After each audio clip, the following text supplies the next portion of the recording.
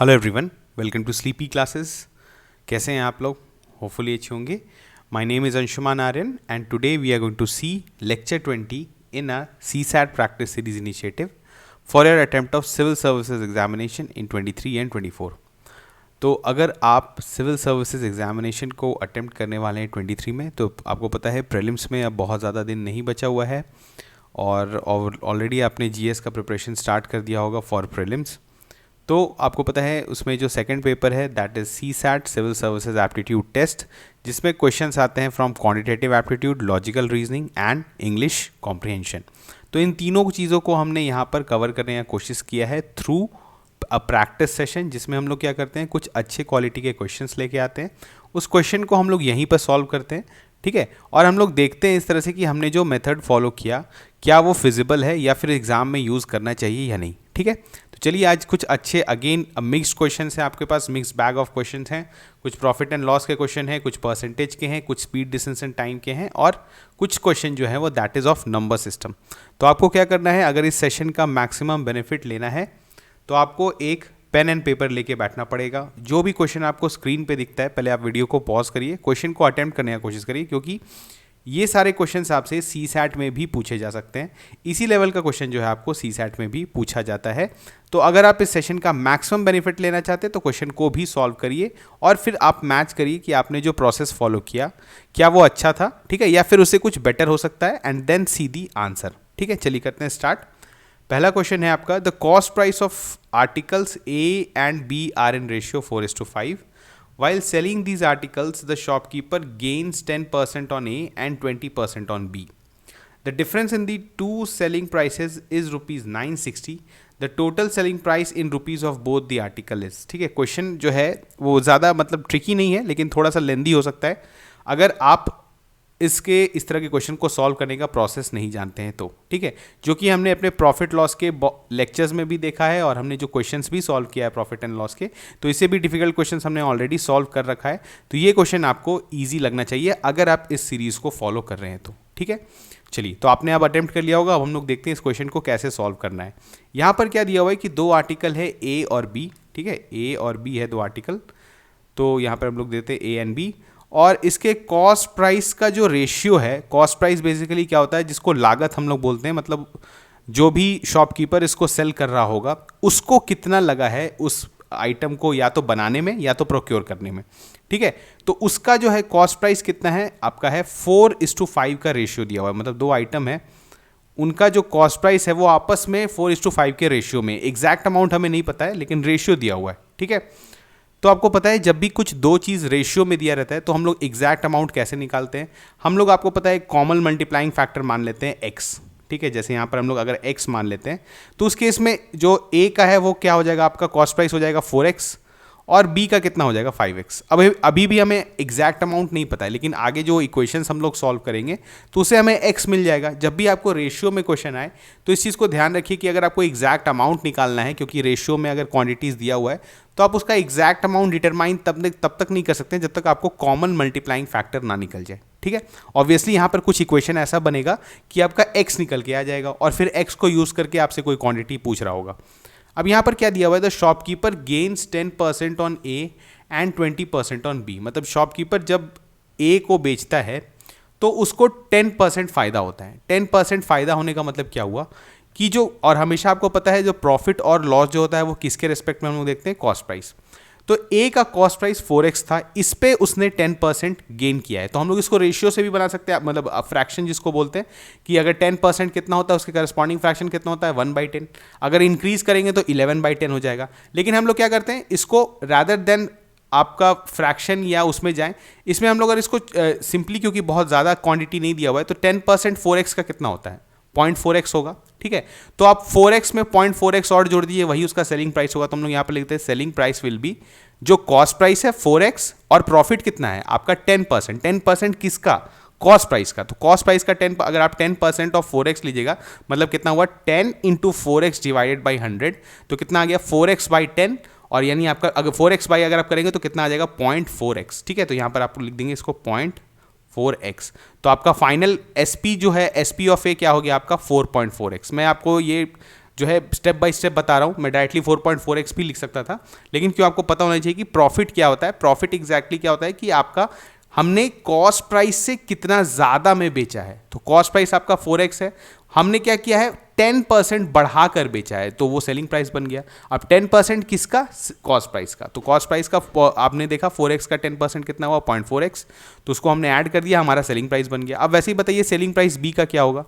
B का अगर आपका कॉस्ट प्राइस 5x है तो इसका 20% कितना होगा, 10% इसका कितना होगा पहले बताइए 0.5x, तो 20% कितना होगा आपका जो है आपका कितना हो जाएगा इसका 1x, बेसिकली x हो जाएगा, x हो जाएगा।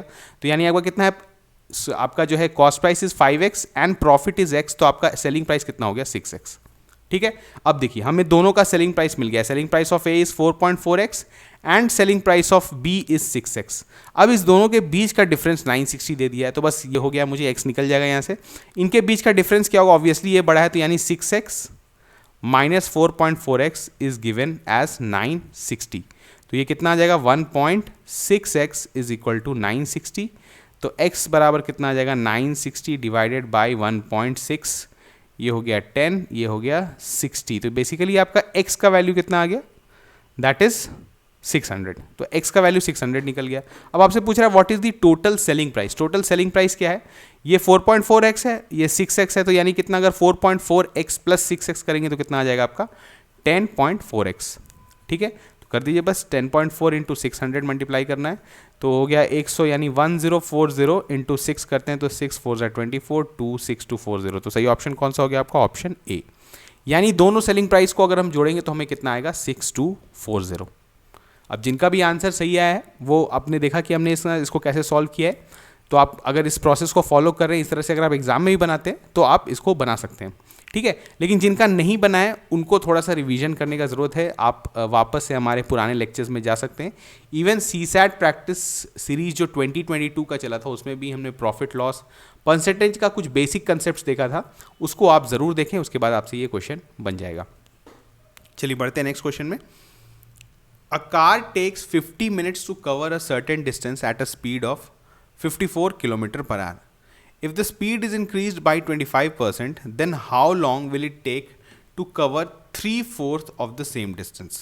ठीक है, यहाँ पर दिया हुआ है कि कार जो है वो क्या करता है कि कोई एक सर्टेन डिस्टेंस है, हमें डिस्टेंस नहीं पता है, उसको कितने स्पीड से कवर करता है 54 kilometre per hour uniform speed है, और कितने टाइम में कवर कर लेता है 50 मिनट्स। तो हमें यहाँ से डायरेक्टली ये पता चल जाएगा, जब आपको स्पीड पता है और आपको टाइम पता है तो डिस्टेंस क्या होता है, distance is equal to speed into time. तो अगर स्पीड करेंगे, स्पीड कितना है 54 किलोमीटर पर आवर है और यहाँ 50 मिनट्स दिया हुआ है, तो हम लोग क्या करें, रैदर देन कि मीटर पर सेकंड में चेंज करें, हम लोग क्या करते हैं, आपको स्पीड 54 किलोमीटर पर आवर में दिया है तो 50 मिनट को आप आवर में चेंज कर दीजिए।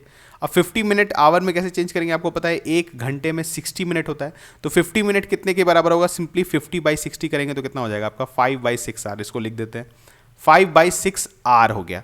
अब आपका डिस्टेंस है, डिस्टेंस आपका स्पीड है 54 और आपका जो टाइम है दैट इज 5/6 को तो करते हैं तो कितना हो जाएगा 6 9 54, तो 45 किलोमीटर जो है वो आपका डिस्टेंस निकल कर आ गया। अब आपको क्या बोल रहा है, if the speed is increase by 25% then how long will it take to cover 3/4 of the same. अगर स्पीड को हम लोग 25% इंक्रीज करें, देखिए यहाँ पर अब हम लोग जो है परसेंटेज का अगेन ऑपरेशन है, 25% अगर आप किसी चीज़ को इंक्रीज करते हैं तो आप कर सकते हैं कि आप उसको मतलब उसका 25% पहले निकालिए फिर उसमें ऐड करिए। हम लोग क्या करते हैं, डायरेक्टली फ्रैक्शन यूज़ करते हैं।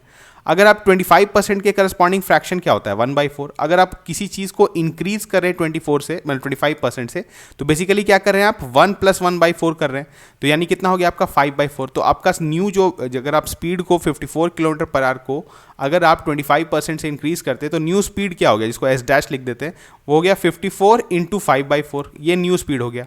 अब आपसे क्वेश्चन क्या पूछ रहा है, how long will it take to cover 3/4 of the same distance. आपका जो डिस्टेंस 45 किलोमीटर है इसका सिर्फ आप 3/4 कवर करना है इस नई स्पीड से।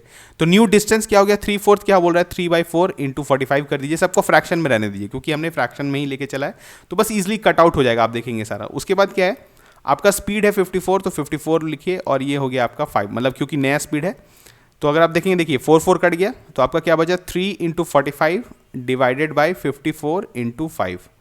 तो अगर आप इसको करते हैं 5 9 45 और ये हो गया आपका 6, तो 3/6 दैट इज हाफ, यानी आपका आधा घंटा टाइम आ गया।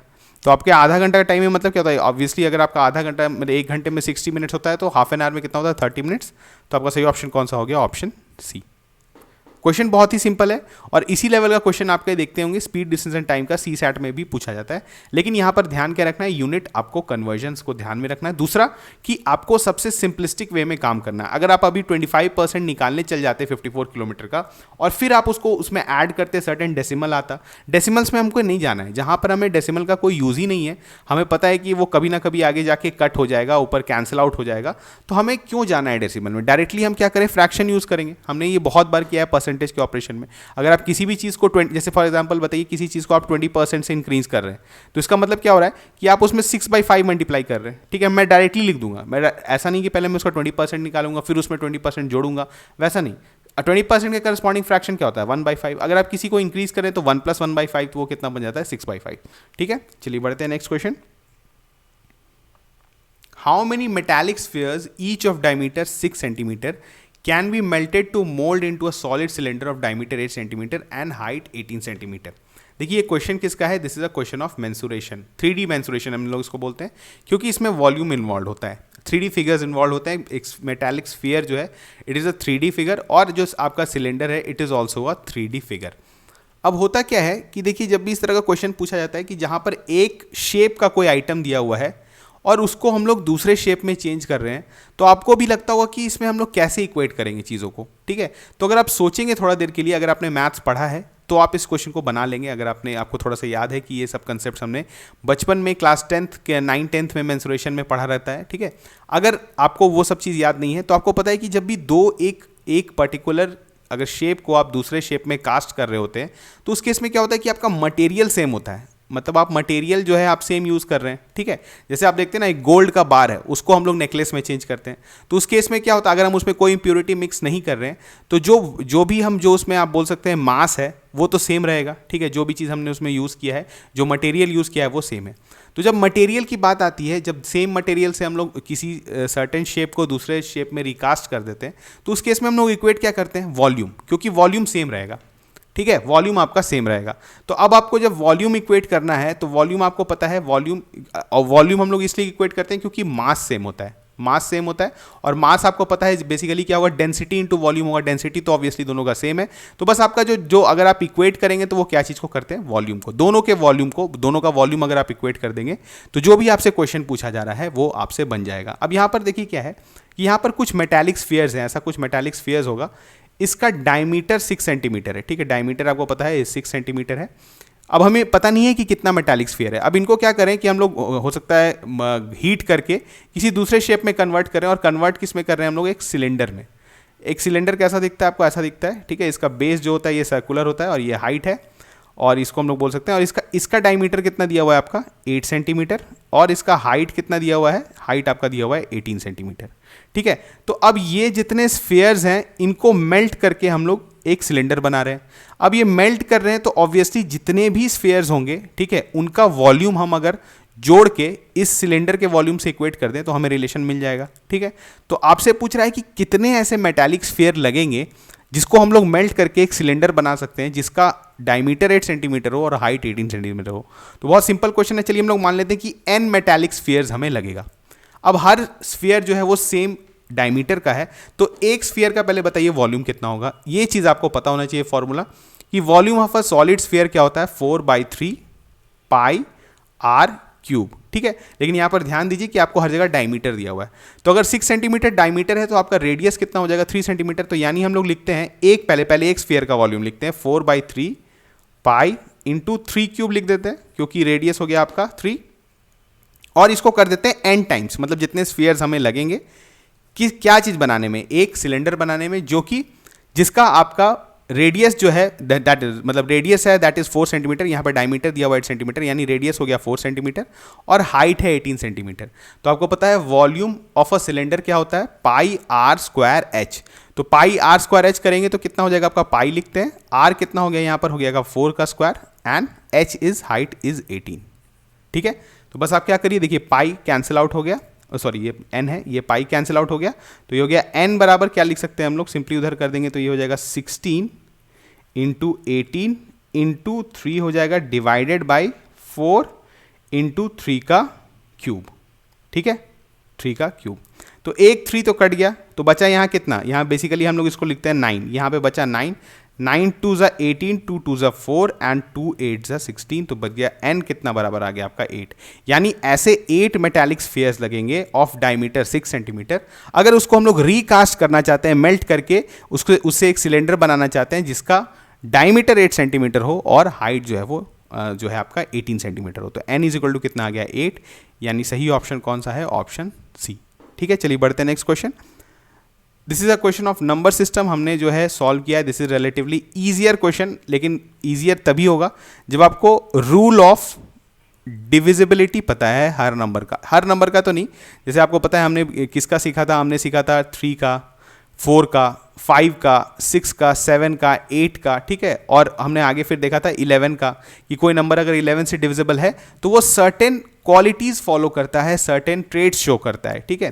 तो अब यहाँ पर देखिए क्या है, आपसे पूछ रहा है find the least value of a plus b. a plus b का लीस्ट वैल्यू आपसे पूछ रहा है। अगर आपके पास एक नंबर है 2 7, हम लोग लिख देते हैं यहाँ पर 2 7 b 5 8 a 4, ये एक आपको एक नंबर दिया हुआ है, ठीक है। और ये बोल रहा है कि अगर ये 88 से कंप्लीटली डिविजिबल है, ठीक है, 88 से कंप्लीटली डिविजिबल है, तो बताइए a और b का, a प्लस b का मतलब लीस्ट वैल्यू कितना होगा। ऐसे तो a और b का बहुत सारा वैल्यूज हो सकता है, लेकिन उसमें से लीस्ट वैल्यू क्या होगा, ठीक है। तो चलिए देखते हैं। यहाँ पर देखिए क्वेश्चन क्या है, जब भी आपको एक डिविजिबिलिटी चेक करना है, 88 क्या है, 88 is basically a composite number, is a composite number. इसको आप ब्रेक डाउन कर सकते हैं कैसे, 88 को आप कैसे लिख सकते हैं, लिख सकते हैं कैसे बताइए, 8 इंटू 11, ठीक है। हम लोग इसको अगर को प्राइम पेयर्स में तोड़ दें, ठीक है, तो 88 का क्या हो गया 8 और 11। अब हमें 8 का पता है डिविजिबिलिटी रूल क्या होता है, 11 का भी पता है डिविजिबिलिटी रूल क्या होता है। दोनों का आपको इंटरसेक्शन ले लेना है। इंटरसेक्शन का मतलब क्या हुआ कि जो वैल्यू a और b के लिए वो 8 से डिविजिबल है, उसी वैल्यू के लिए आपका 11 से भी डिविजिबल होना चाहिए। जो कॉमन वैल्यू आएगा a और b का, वो जो है आपको देखना है। चलिए हम लोग देखते हैं, सबसे पहले 8 से चेक कर लेते हैं।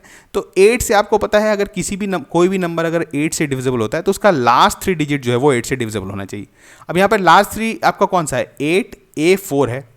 अब a के बहुत सारे वैल्यूज होते हैं जिससे ये 8 से डिविजिबल हो सकता है, ठीक है। आपको पता है, जैसे बताइए a का क्या क्या वैल्यू हो सकता है।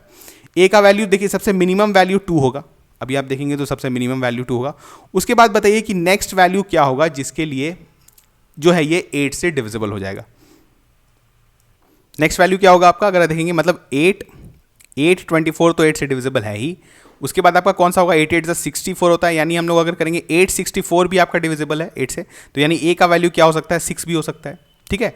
तो हमें क्या लेना है, मिनिमम वैल्यू। तो हम लोग अभी क्या करते हैं, a को हम लोग 2 मान लेते हैं, ठीक है। आगे देखते हैं, तो आपका नंबर अब क्या बन गया है, 2 7 b 5 8 a एंड a की जगह हम लोग पुट कर देते हैं 6 नहीं 2 एंड ये हो गया 4। अब आपसे पूछ रहा है कि ये नंबर जो है 88 से डिविजिबल है, तो हमने 8 से तो चेक कर लिया।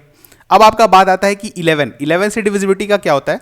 हमने क्या कहा था कि आपको ऑड प्लेसेस पे जितने डिजिट हैं और इवन प्लेसेस पे जितने डिजिट हैं सबको ऐड कर लीजिए, ठीक है, अलग अलग ऐड करिए। ऑड प्लेसेस वाले को ऑड, जैसे ऑड वाले को ऐड करते हैं, इधर से जोड़िए तो 4 + 8 कितना हो गया 12, 12 + b, ठीक है। और आपका कितना हो गया, आपका अगर आ गया 14, यानी 14 + b आ गया। ऑड प्लेसेस के डिजिट को जोड़ा तो हमने इसको अलग रख लिया।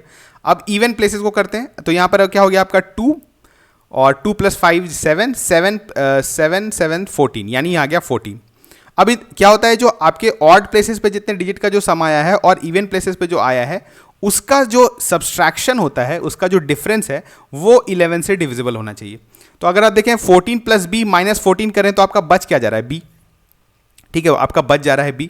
अब अगर 11 से डिविजिबल होना है तो b का क्या वैल्यू हो सकता है, ऑब्वियसली क्योंकि सिंगल डिजिट वैल्यू ही हम लोग ले सकते हैं, तो यहाँ पर b का एक ही पॉसिबिलिटी आपका क्या है कि 0 होगा। b का वैल्यू सिर्फ और सिर्फ 0 ले सकते हैं यहाँ पर, क्योंकि अगर 0 वैल्यू आएगा, दोनों का डिफरेंस 14 प्लस अगर b का वैल्यू 0 पुट कर दे तो 14 - 14 0 होता है, और 0 जो है वो 11 से डिविजिबल है, ठीक है। तो यानी यहाँ इस केस में क्या हो गया मेरा कि b का वैल्यू मेरा 0 निकल के आ गया, और a का हमने मिनिमम वैल्यू निकाल ही लिया था 2।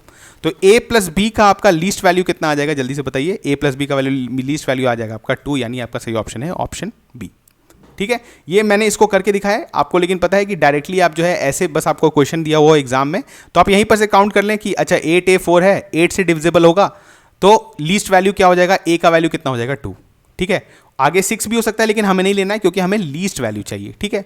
उसके बाद आपको देखना है अगर आपको 11 का, तो आप देखिए क्या करिए, ऑड प्लेसेस का जो नंबर है उसको ऐड कर लीजिए और इवन प्लेसेस के नंबर को ऐड कर लीजिए, दोनों का जो सम आएगा उसको सब्ट्रैक्ट करके देखिए, वो 11 से डिविजिबल होना चाहिए। तो अब जो सब्ट्रैक्शन आएगा, अगर 11 से डिविजिबल होना है तो क्या क्या हो सकता है, 0 हो सकता है, 11 हो सकता है, 22 हो सकता है, इससे ज़्यादा पॉसिबिलिटी नहीं होता है, नहीं देखते हम लोग। तो क्या होगा कि अगर आपका सब्सट्रैक्शन 0 आ जा रहा है, मतलब ऑड प्लेसेस का जितना डिजिट है उसका सम और इवन प्लेसेस का जो डिजिट है उसका सम, अगर उसका डिफरेंस 0 आ जा रहा है तो 0 ऑब्वियसली 11 से डिविजिबल है, तो आपका जो है वो नंबर क्या है, 11 से डिविजिबल हो जाएगा। तो वही चीज़ हमने यहाँ पर किया, ठीक है। चलिए बढ़ते हैं नेक्स्ट क्वेश्चन में। लास्ट क्वेश्चन ये, how much percentage should a racer increase speed to reduce the time by 20% to cover a fixed distance। देखिए यहाँ पर क्या होता है, यहाँ पर again this is a question, speed distance time का क्वेश्चन नहीं है, बेसिकली ये परसेंटेज का क्वेश्चन है, ठीक है। और इस तरह का क्वेश्चन भी सीसैट में रीसेंट टाइम्स में भी पूछा गया है। अब इसमें क्या है देखते हैं। देखिए डिस्टेंस क्या होता है, distance is equal to speed into time. Distance same है। अब ये क्या बोल रहा है कि अगर हम लोग को टाइम को रिड्यूस करना है 20% से, 20% से रिड्यूस करना है तो हमें स्पीड कितना इंक्रीज करना पड़ेगा, कितने परसेंटेज से करना पड़ेगा। तो अगर आप किसी क्वांटिटी को 20% से रिड्यूस करते हैं, बेसिकली हम लोग अगेन फ्रैक्शन को यूज़ करते हैं, तो अगर आप 20% से अगर किसी चीज़ को घटा रहे हैं तो आप उसको क्या कर रहे हैं, 1/5 घटा रहे हैं। तो यानी कितना हो जाएगा, 1 - 1/5 यानी 4/5। यानी अगर आपका पहले टाइम t है तो बाद में टाइम कितना हो जाएगा, 4/5t हो जाएगा। ये न्यू टाइम है। डिस्टेंस तो देखिए हमारा सेम है। अब आपको डिस्टेंस सेम है, अगर आपको आपने टाइम को घटाना है अगर आपको टाइम को बनाना है 4/5t, तो आपको स्पीड कितना करना पड़ेगा, ऑब्वियसली डिस्टेंस तो सेम ही रहेगा, तो स्पीड को हमें क्या करना पड़ेगा, बेसिकली हम लोग को स्पीड को अगर हम लोग मल्टीप्लाई कर दें, speed will be equal to 5/4, मतलब जो आपका पुराना स्पीड था उसका 5/4 टाइम्स हो जाएगा। तो आप देखेंगे, देखिए इतना 5 कट गया, 4 कट गया, यानी अभी भी st ही है, डिस्टेंस तो आपका सेम ही है। तो इसका मतलब क्या हुआ कि अगर आप टाइम को 20% से घटाना है आपको, तो आपको स्पीड को कितने से इंक्रीज करना पड़ेगा। अब देखिए 5/4 से मल्टीप्लाई करें तो 5/4 से मल्टीप्लाई करने का मतलब कितना हुआ, आप उसको 1/4 बढ़ा रहे हैं फ्रैक्शन, यानी आप कितना बढ़ा रहे हैं, आप 25% बढ़ा रहे हैं। तो आपका सही ऑप्शन कितना हो गया, ऑप्शन ए, ठीक है। ये देखिए दोनों पेयर होता है, अगर आप किसी चीज़ को 20% से घटा रहे हैं तो अगर आपको क्वांटिटी सेम रहना है तो फिर आपको क्या करना पड़ेगा, फिर 25% से इंक्रीज करना पड़ेगा, ठीक है। तो इस तरह का चीज़ को आप ध्यान दिया करिए, कहीं पर अगर आप देखते हैं तो ऑब्वियसली अगर आपने जितना फ्रैक्शन का अगर ऑपरेशंस कर रखा होगा तो आप इस तरह के क्वेश्चन को बहुत ईजिली बना देंगे कि अच्छा 20% से घटा रहे हैं तो आपका क्वांटिटी सेम रखना है तो 25% से स्पीड इंक्रीज करना पड़ेगा। तो आपका सही ऑप्शन कौन सा हो गया, ऑप्शन ए, ठीक है। अब ऐसे ही क्वेश्चंस हम लोग जो है सीसैट तक लाने का कोशिश करेंगे। यहाँ पे जो आज का क्वेश्चन था वो काफ़ी इजी था, ठीक है। इससे पहले हमने कैट के भी क्वेश्चन सॉल्व किए हैं, उसको भी आप देख सकते हैं पुराने लेक्चर्स में। लेक्चर 15-16 में हमने कैट का क्वेश्चन सॉल्व किया है। तो वहाँ पर आप देखिए कि वंस अगर आपका एक बार कंसेप्ट क्लियर है तो क्वेश्चन चाहे वो ईजी रहे या टफ रहे, वो आपसे एग्जाम में बनना चाहिए, ठीक है। तो चलिए मिलते हैं नेक्स्ट लेक्चर में, तब तक थैंक यू।